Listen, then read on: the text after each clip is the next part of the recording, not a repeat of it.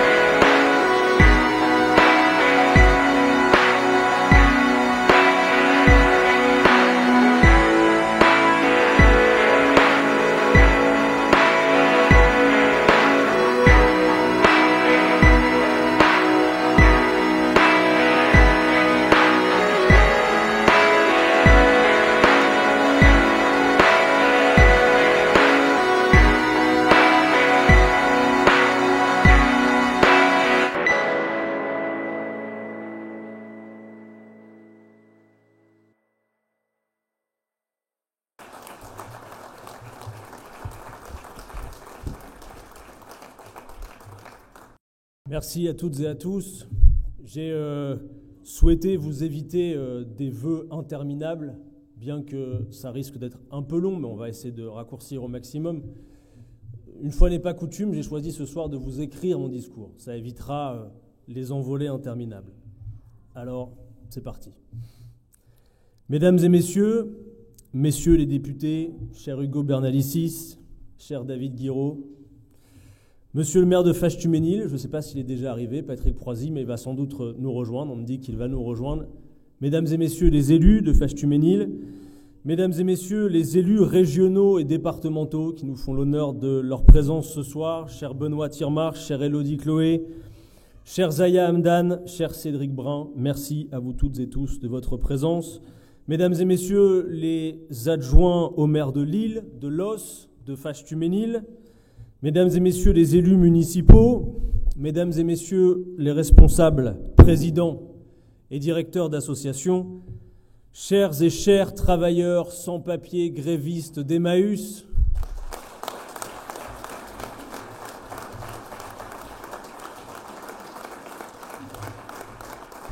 chers amis et pour beaucoup d'entre vous, chers camarades. Voilà 2 semaines que nous occupent les traditionnelles cérémonies de vœux et nombre d'entre vous, je le sais, sont déjà proches de l'indigestion. L'hiver est arrivé et beaucoup nous ont fait part ce soir de leur impossibilité d'arriver jusqu'ici. Merci à vous qui êtes là. Merci de nous faire l'amitié de votre présence ce soir malgré la météo. Cela nous va droit au cœur. Merci. Sachez que Contrairement aux municipalités ou aux institutions qui bénéficient d'un budget dédié, des infrastructures et du personnel pour assurer de telles cérémonies, ce n'est pas le cas des parlementaires. Et non, soyez donc indulgents. Cette soirée n'existe que par notre volonté. Elle n'est rendue possible que par le temps et l'énergie qu'ont bien voulu y consacrer des femmes et des hommes dont l'espèce se fait rare. On les appelle les militants politiques. Qu'ils en soient toutes et tous remerciés.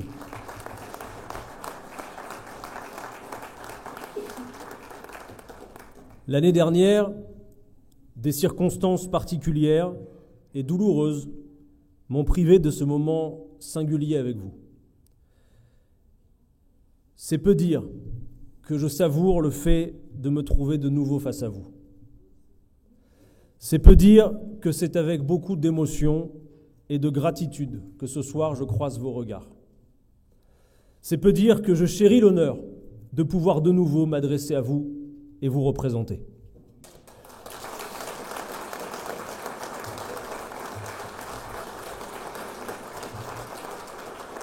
Ce n'est pas simplement parce que c'est l'usage, c'est bien en pesant chaque mot et avec une pensée toute particulière pour celles et ceux pour qui ces temps sont plus difficiles que pour les autres, que je vous souhaite, à toutes et à tous, collectivement, mais aussi bien sûr, à chacune, à chacun d'entre vous, ainsi qu'à toutes celles et ceux que vous portez au cœur, une belle et heureuse année, en bonne santé et le plus préservée possible des difficultés de la vie.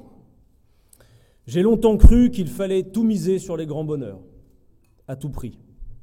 Puis j'ai compris que la somme des petites joies, qui parfois sont insignifiantes, qui se nichent chaque jour dans les moindres recoins de l'existence, méritait en fait davantage notre attention.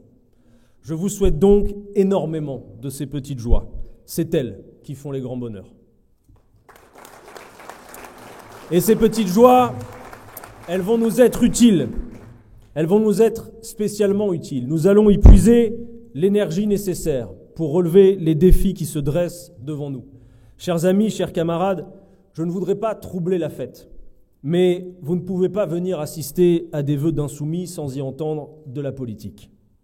Et il m'est impossible de m'adresser à vous ce soir, dans ces circonstances, sans vous faire part de mon inquiétude, sans vous lancer une alerte et sans vous appeler une nouvelle fois et peut-être plus que jamais à l'action.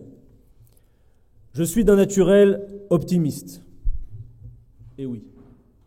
Et pourtant, comme nombre d'entre vous, je sens, je sais que la pente est prise qui mène notre pays vers le pire. Et nous ne pouvons pas laisser faire. Si nous restons spectateurs aujourd'hui, nous serons complices demain. Il n'en est pas question.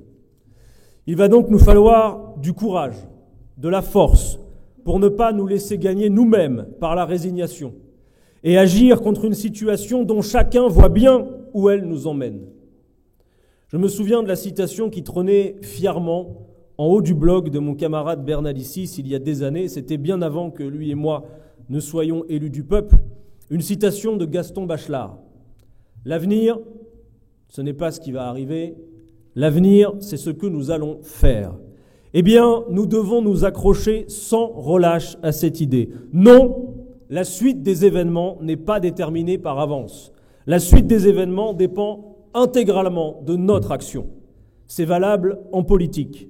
C'est aussi valable, figurez-vous, dans la construction personnelle et la vie de chacun. Mes amis, ce qui fonde notre nation, c'est la République. Un grand mot. Ce qui fait la République, c'est un contrat politique. Ce contrat politique tient en 3 mots. 3 mots que nous connaissons toutes et tous, mais 3 mots qu'il est toujours utile de rappeler. Liberté, égalité, fraternité. Liberté, égalité, fraternité, la France, c'est ça. Or, ce que nous voyons, ce que nous avons sous les yeux, est de moins en moins la France. Depuis trop longtemps, ceux qui la dirigent l'ont abîmée, parce qu'ils ne la dirigent qu'au bénéfice d'une petite minorité. La France est la 7e puissance économique du monde, et l'on y meurt encore de froid. À peine le thermomètre descend-il en dessous de 0. Ce n'est pas le froid qui tue. C'est l'incurie de celles et ceux qui pourraient empêcher cela, mais qui ne le font pas. 12 millions de pauvres dans la 7e puissance économique du monde. Des prix qui flambent et qui font de la vie quotidienne un véritable parcours du combattant, pour rien d'autre que le gavage et les super-profits de ceux qui tirent les ficelles dans la 7e puissance économique du monde. Des gens qui sautent des repas, qui renoncent aux soins dans la 7e puissance économique du monde. Le quart-monde qui s'étend et les associations qui ne peuvent plus faire face à la demande dans la 7e puissance économique du monde. 300 000 personnes sans domicile. Le 115 qui chaque jour doit refuser du monde, tant il y en a, dans la 7e puissance économique du monde. Des hommes, des femmes, des enfants qui ont froid chez eux parce que le logement est une passoire thermique, que le vent s'y engouffre, que le chauffage coûte trop cher depuis que le marché européen en dicte les prix, tandis que les bailleurs demandent régulièrement des charges supplémentaires impayables, que les plafonds de l'appartement sont tellement moisis que celles et ceux qui dirigent ce pays ne supporteraient pas d'y passer ne serait-ce qu'une journée de leur précieuse existence dans la 7e puissance économique du monde. Assez de souffrance dans la 7e puissance économique du monde. En haut, ils s'en foutent. En haut, leur mission est accomplie. Peu leur chaud que pour le faire, il ait fallu faire pleuvoir un déluge de 49.3 sur l'Assemblée nationale. Peu leur chaud que pour le faire, il ait fallu faire pleuvoir un déluge de LBD et de gaz lacrymogène sur les manifestants. Peu leur chaud, leur mission est accomplie. Elle l'est, pour le seul bénéfice de celles et ceux qui leur ont confié. Ils ont fait exploser le code du travail qui protégeait les salariés. Mission accomplie. Ils ont supprimé l'impôt de solidarité sur la fortune. Mission accomplie. L'impôt des riches est désormais dégressif. Mission accomplie. Les 500 familles les plus riches de France ont vu leur patrimoine doubler en un seul quinquennat. Mission accomplie. La fortune des milliardaires français a augmenté de 63,5% en seulement 3 ans. Mission accomplie. L'argent public, celui de vos impôts, pleut sur les grandes entreprises sans aucune contrepartie. Mission accomplie.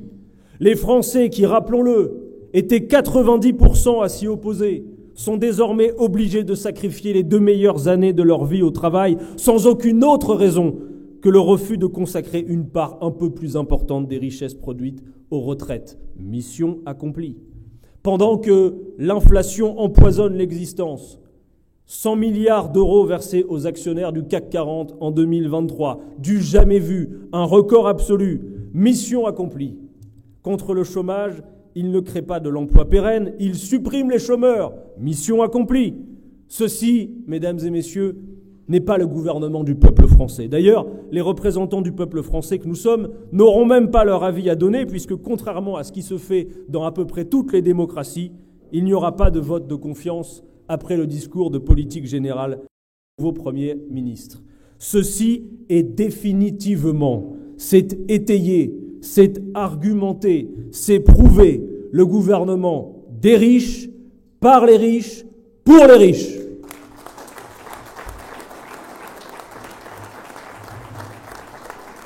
Alors, maintenant que la mission est accomplie, maintenant qu'ils ont fait leurs basses œuvres et que des élections approchent, vous allez les voir se contorsionner dans tous les sens pour polir leur image et faire croire qu'ils sont des gens de progrès. Il n'y a plus de grandes bagarres annoncées à l'Assemblée nationale. Ils vont faire dans le consensuel. À l'ordre du jour, un texte sur l'inscription dans la Constitution du droit à l'avortement. Victoire des insoumis. Et également, un texte tant attendu sur la fin de vie.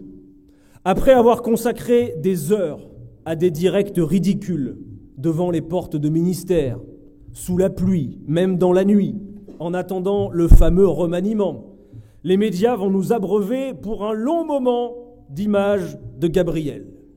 Gabriel auprès des sinistrés. Gabriel auprès des pensionnaires d'un établissement pour personnes âgées. Gabriel avec les enfants à l'école. Gabriel à l'usine avec un casque sur la tête. Gabriel prépare les Jeux Olympiques. Gabriel avec les policiers. Gabriel à la montagne. Gabriel à la plage, pourquoi pas. Gabriel, il est beau. Gabriel, il est jeune. Gabriel, il est dynamique. Gabriel ceci, Gabriel cela. Et avec tout ça, ils espèrent vous faire oublier celui qui véritablement tire les ficelles et les méfaits qu'ensemble ils ont commis. Parce qu'ils pensent vraiment que vous êtes bêtes.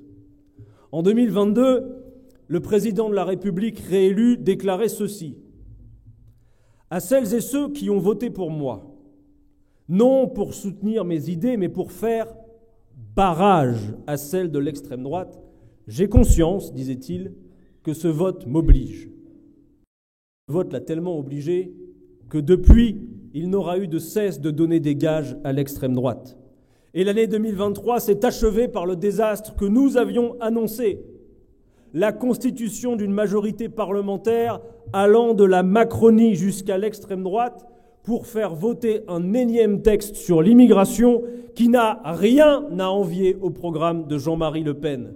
Un texte qui va uniquement rendre la vie plus dure qu'elle ne l'est déjà pour tant de femmes, d'hommes et d'enfants, sans aucun, absolument aucun bénéfice pour les Français. Non, l'immigration ne coûte pas trop cher à ce pays. C'est le contraire. Elle lui apporte bien davantage qu'elle ne lui coûte. Non, il n'y a pas de lien entre immigration et insécurité. On n'est pas davantage prédisposé à la délinquance ou au crime selon son origine ethnique. Qui peut croire une telle infamie?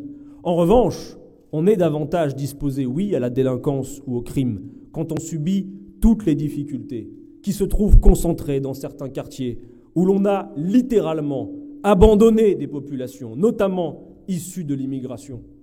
Non, il n'y a pas de vague migratoire. Et si vous le croyez, accrochez votre ceinture, car vous n'êtes pas préparé à ce qui s'annonce. Rien que le changement climatique va forcer des centaines de millions de personnes à quitter leur terre d'origine dans les prochaines décennies. Qu'allez-vous faire? Les rejeter à la mer?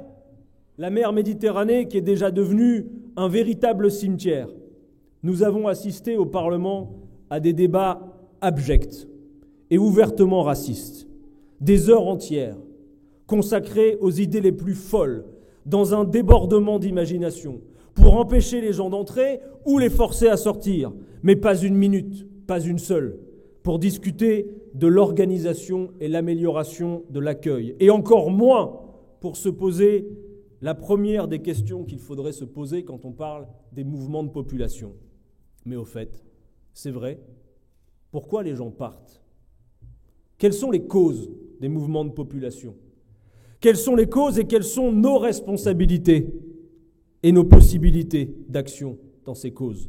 La guerre, les conflits internationaux, le libre-échange, les accords commerciaux inégaux, le changement climatique. Non, de tout cela, au Parlement, on ne parle pas. Le pays tout entier doit se mettre au diapason de la chaîne d'information en continu sur laquelle des éditorialistes d'extrême droite débitent à longueur de journée leurs inepties. Ces médias hyper concentrés, véritables fabriques de l'opinion qui tournent à plein régime en France, détenus par 9 milliardaires, qui y investissent leurs deniers même quand ils y perdent de l'argent. Mais alors, pourquoi le font-ils? Même là où l'information est censée encore être de qualité, tout confine au caniveau. Le moindre fait divers, si dramatique, si tragique soit-il, est traité en grande cause nationale. On finirait même par avoir peur de sortir de chez soi. Et les mêmes, après, font mine de s'étonner de la progression de l'extrême droite et font semblant de ne pas en être responsables, rejetant la faute sur les politiques. Tout cela est révoltant. Et c'est à tout cela à la fois qu'il nous faut résister, chers amis. Même si cela nous coûte parfois, il ne faut pas avoir peur. Jamais. Il ne faut pas baisser les yeux. Jamais. La politique a toujours été un combat. Rien n'a jamais été acquis sans lutter. Alors, nous nous battons. Nous luttons. Et nous savons pourquoi nous luttons et nous battons. Nous pouvons être fiers d'avoir été les premiers à réclamer le cessez-le-feu à Gaza.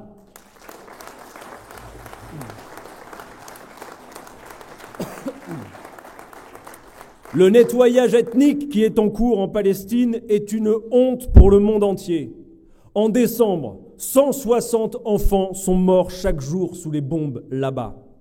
Nous pouvons être fiers d'avoir refusé les manœuvres politiciennes, d'avoir refusé de participer à la réhabilitation de l'extrême droite et à la banalisation de son discours anti-musulman dans une marche de soutien inconditionnel à l'action du gouvernement israélien qui s'est trouvé opportunément déguisé en marche contre l'antisémitisme.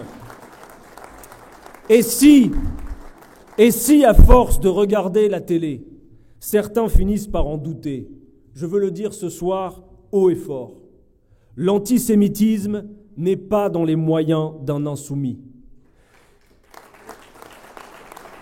Il y a déjà trop d'antisémites pour qu'on vienne en plus en inventer. Parce que nous autres, les insoumis, nous sommes des républicains pour de vrai, peut-être même les derniers, et donc des antiracistes convaincus et conséquents. Nous n'avons jamais failli dans la lutte contre l'antisémitisme et contre toute forme de racisme. Jamais. Mais qu'on n'attende pas de nous que pour lutter contre l'antisémitisme, on accepte les discours anti-musulmans. On ne combat pas un racisme en le remplaçant par un autre.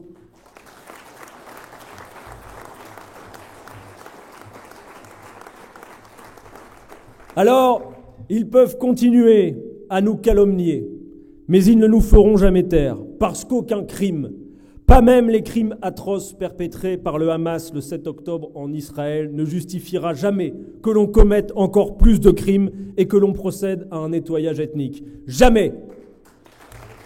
Ceux qui commettent des crimes de guerre, d'où qu'ils viennent, quels qu'ils soient, devront en répondre devant la Cour pénale internationale. Et nous n'avons pas de leçons à recevoir s'agissant de nos positions en matière de géopolitique et d'international. Notre boussole ne sera jamais celle des fanatiques adeptes du concept flou de guerre au terrorisme. En matière internationale, notre boussole, c'est le droit international.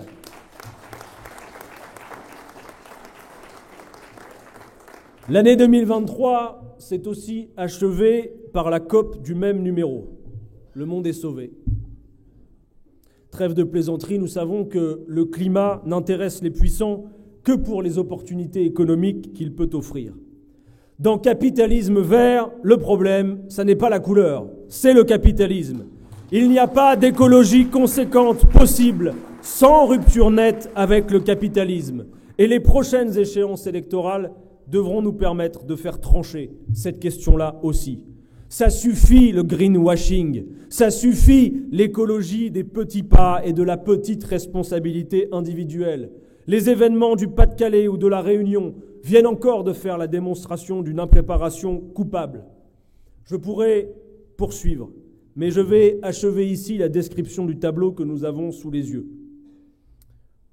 J'ai bien peur d'aggraver, sinon, l'indigestion dont je parlais au début de ce discours. Mais je ne veux pas m'en contenter.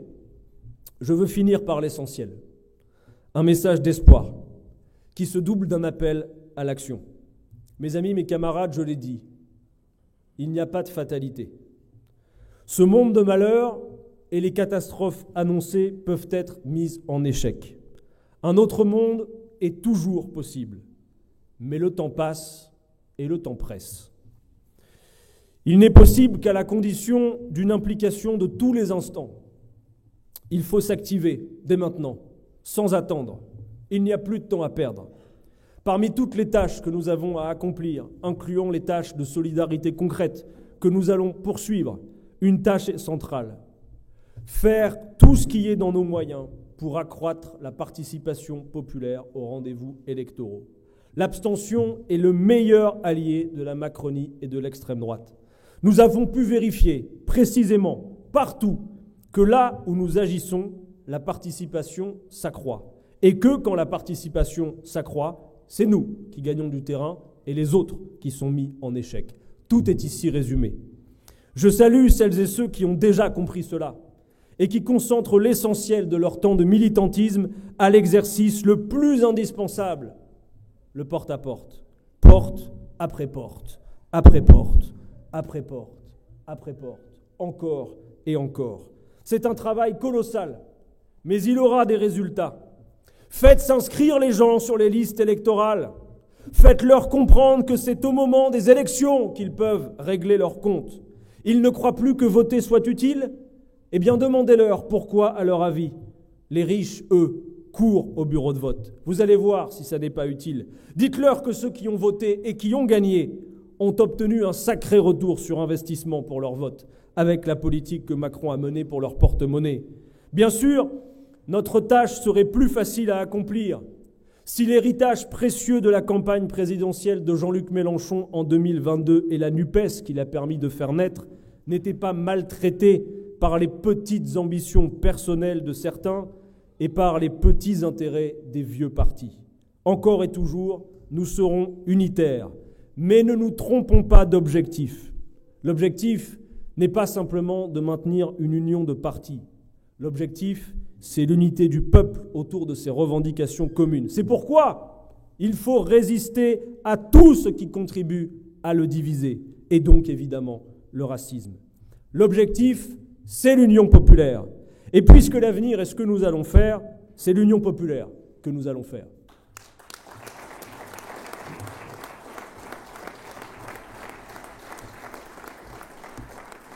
Voilà, mes amis, mes camarades, ce que je voulais vous dire ce soir, à l'occasion de cette cérémonie des vœux. Je voulais aussi vous dire que vous pourrez compter sur moi, vous dire que je suis là. Ne tournons pas autour du pot. Je reviens de loin, c'est vrai, je ne vous le cache pas, mais je suis là. On dit souvent qu'un homme ou une femme politique ne doit jamais faire aveu de faiblesse. Et on voit souvent les hommes ou les femmes politiques nier les fautes qu'on leur reproche. Je pense pour ma part qu'un homme ou une femme politique devrait surtout faire aveu d'humanité et que reconnaître ses torts est une force et non pas une faiblesse.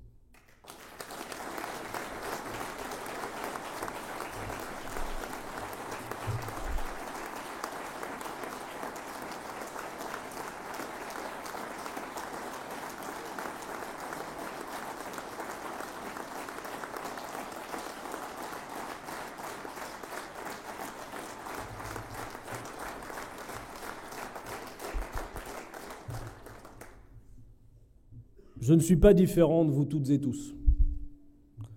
Moi aussi, comme d'autres ici, j'ai pu commettre des erreurs dans ma vie. Des erreurs que je regrette. À la différence de beaucoup d'autres en politique, je les ai reconnues. Et je ne regrette certainement pas d'avoir été honnête. J'ai compris. J'ai payé. J'ai travaillé. J'ai le droit maintenant, je le crois, comme vous, de continuer d'avancer.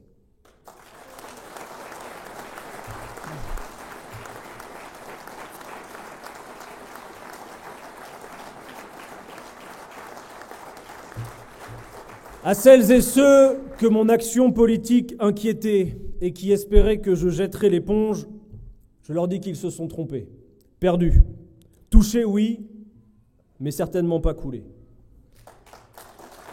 Alors, du fond du cœur,